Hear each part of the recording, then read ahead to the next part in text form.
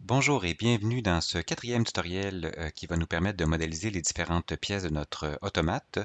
On va réaliser cette fois-ci l'attache du corps du papillon, donc l'endroit où le papillon est fixé sur la tige qui amène le mouvement de battement des ailes. J'ai envie de vous montrer les différentes opérations qui nous attendent dans un premier temps avant de les voir plus en détail avec vous. Vous allez voir, c'est pas beaucoup plus compliqué que les bouchons qu'on a modélisés jusqu'à maintenant. Ça commence d'ailleurs de la même manière. On va réaliser un sketch avec des ellipses, ellipses que nous allons extruder, mais cette fois-ci dans des directions qui sont symétriques à la fois vers le haut et vers le bas. On va réaliser un deuxième sketch sur un nouveau plan qui va être également suivi d'une nouvelle extrusion et on va terminer en faisant quelques chanfreins pour rendre la pièce plus fonctionnelle et plus esthétique. Alors, faisons ça maintenant. J'ouvre mon data panel, ma petite gaufre, je retrouve mes deux bouchons et je vais commencer par enregistrer dans un premier temps le travail que je m'apprête à faire. Je m'en vais cliquer sur enregistrer. Je vais donner le nom 03 attache corps et je valide en pesant sur Enter. Je vois mon document apparaître ici et je suis prêt à commencer à modéliser. Je vais me débarrasser de mon data panel.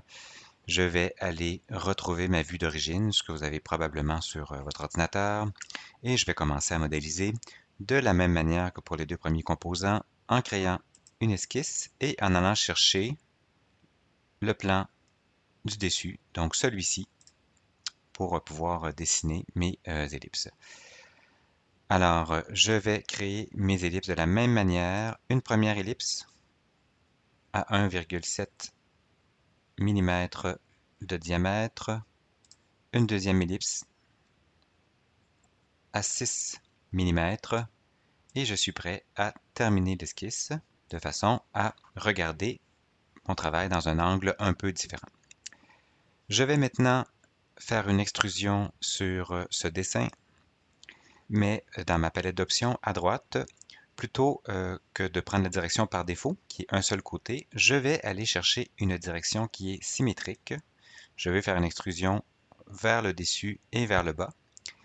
Je vais sélectionner juste l'anneau extérieur, donc je ne veux pas faire une extrusion du centre de ma pièce, étant donné que ma tige en acier inoxydable va passer à travers au grand complet.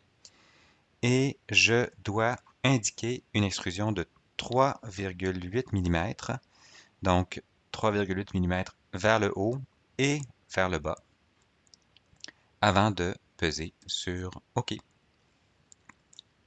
Donc j'ai une première pièce de fait. Je regarde au niveau de mon historique, j'ai un sketch et une extrusion. Je retrouve également l'esquisse que j'ai réalisée donc dans mon dossier esquisse. Et j'attire votre attention sur le dossier corps, donc qui est présent aussi pour les autres composants. C'est juste qu'on n'est jamais allé le regarder. À partir du moment où on crée une extrusion, eh bien, on se crée automatiquement un corps. Et des corps, je peux en créer plusieurs si je le souhaite. Donc, je vais me servir de ça pour vous montrer là, quelles sont les différentes possibilités lors de la modélisation de la suite de notre composant.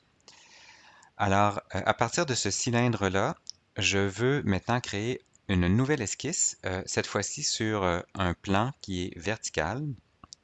Alors, je vais demander à Fusion de créer une nouvelle esquisse, mais je vais aller cliquer sur le plan, donc ici avant, droit, de façon à maintenant pouvoir orienter ma future extrusion dans un angle qui est différent.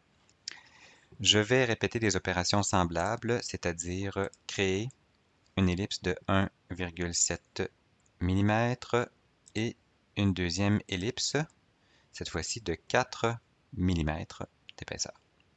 Alors je peux maintenant cliquer sur Terminer l'esquisse afin de procéder à l'extrusion de l'anneau que je viens de réaliser. Je vais faire l'extrusion dans le sens de la flèche. Ça va me permettre d'inscrire ici une valeur qui est positive, donc une extrusion de 6 mm.